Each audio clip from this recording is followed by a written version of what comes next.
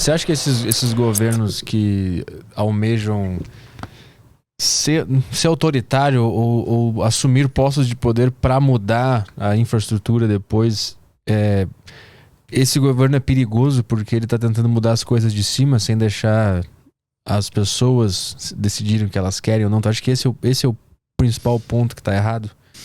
Então, porque o que pensando assim, a sociedade é que cria história, né? Ela que desenha história. Então, à medida que vai tendo os progressos tecnológicos, à medida que um grupo pensa e promove um tipo de pensamento, vai mudando a cultura, as coisas surgem como uma coisa meio natural, né?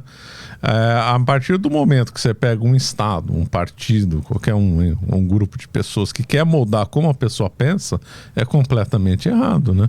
Eles estão querendo forçar uma mudança na economia, uma mudança na cultura de modo artificial. Foi isso que você perguntou? Porque então. pelo que eu tô percebendo do papo, que eu tô montando o quebra-cabeça na minha mente aqui, me parece que é uma tentativa de reorganizar a sociedade a partir de postos de poder. Sim. E aí quando eu conseguir mudar a sociedade, eu nem vou mais precisar estar no posto de poder, porque a sociedade vai estar do jeito que eu imaginei. Então eu não preciso mais estar, aí não tem mais Estado, não tem mais nada. Quando o que acontece é que as pessoas vão se organizando, né, individualmente. E depois é inviável, né? Se a gente for pensar bem, esse sistema comunista não funciona, né? Imagina, sem leis, sem Estado, sem nações, sem divisão do trabalho, uma coisa que não contra, pela nossa experiência, uma coisa que não funcionaria, né? Mas assim, o capitalismo de alguma maneira ele não faz isso também? Porque o capitalismo não é o Estado, mas são grandes empresas, grandes empresários que a gente nem sabe quem são, que acabam mandando na nossa vida, né? Ditando moda, ditando o assunto do momento. Então, meio que a gente vive nisso. Alguém de cima mandando e organizando a sociedade, né? Isso acontece. Sim, eu estou criticando o marxismo, mas não estou elogiando esse capitalismo. Esse capitalismo que nós estamos vivendo, que é um capitalismo diferente do século XIX, né? É um capitalismo muito mais ideológico do que o do século XIX, muito mais ativista em impor determinadas agendas, né? Isso não era um pensamento que se tinha no século XIX, muito pouco. No século XIX o pensamento mais era ganhar dinheiro e acabou. Tem que ficar reescrevendo a sociedade. Depois de um tempo, boa parte por causa de pensamentos da escola de Frankfurt, chegou então essa visão de querer dominar a cultura.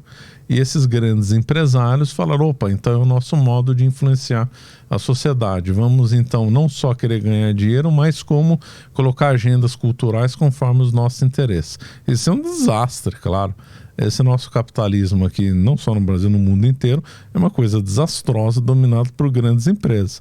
O certo seriam empresas menores, né? Que aí daria mais chance para mais proprietários, mais liberdade econômica, do jeito que está. Nós temos monopólios, burocracias, taxações que só dão, que só são justificáveis, quer dizer, que apoiam os grandes grupos, né? Isso que eu quero dizer. A sociedade está moldada para favorecer grandes grupos empresariais. Então, mas isso não é o capitalismo? Ele não vai sempre acabar nisso? Então, essa é uma tese, aliás, do Lenin, né? Que a fase monopolista, né, vai ser a última fase do capitalismo e depois ele vai se extinguir. Também outros também pensaram nesse tema. Mas esse daí, a meu ver, é uma corrupção do capitalismo inicial, né? O capitalismo não surgiu ontem. Quando nós tínhamos aí, mesmo pensando nos Estados Unidos, final do século XIX, eles tinham muitas pequenas propriedades, né?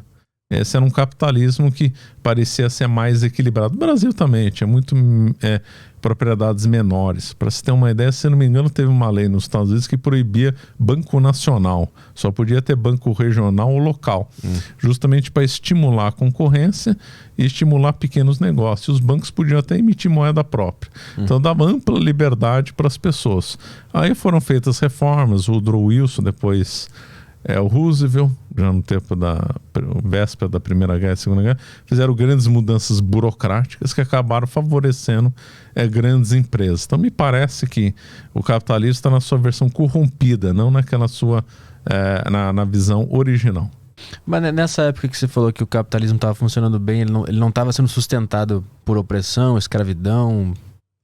Não, estou dizendo dentro do... Não em relação a uma... Pensando em Inglaterra explorando a África. Estou dizendo ele em relação... Tanto é que eu dei o exemplo dos Estados Unidos, né? Mas Estou lá dizendo dentro... ele dentro dele... É lógico que havia o racismo, havia essas condições.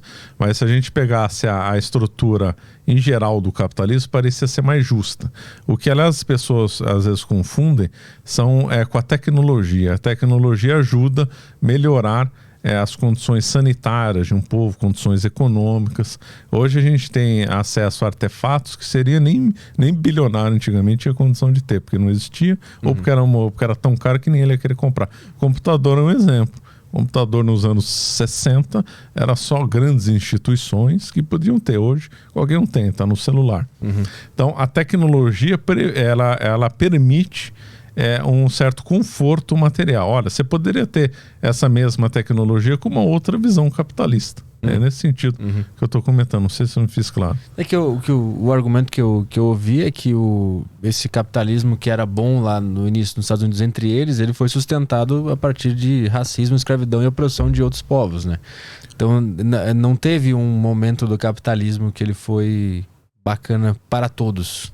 Não, nunca tem essa coisa bacana. Um homem perfeito, nunca vai ter sociedade perfeita. As pessoas precisam parar de buscar utopias, né? Mas eu acho que é uma confusão também do progresso, como a pessoa pensa, de, por exemplo, pensar que racismo está errado, de pensar que não pode discriminar os outros, que não pode subjugar, e associar isso ao capitalismo, entendeu? Isso são pensamentos que desapareceram, graças a Deus. Hoje que ninguém vai defender racismo mais, graças a Deus.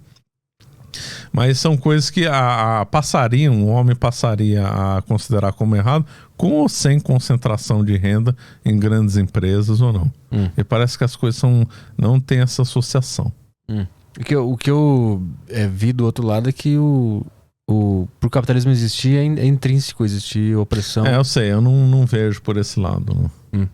Mesmo porque se a gente voltar mais tempo ainda, Idade Moderna, que também tinha pequenos negócios e tal, não vejo nessa linha, não.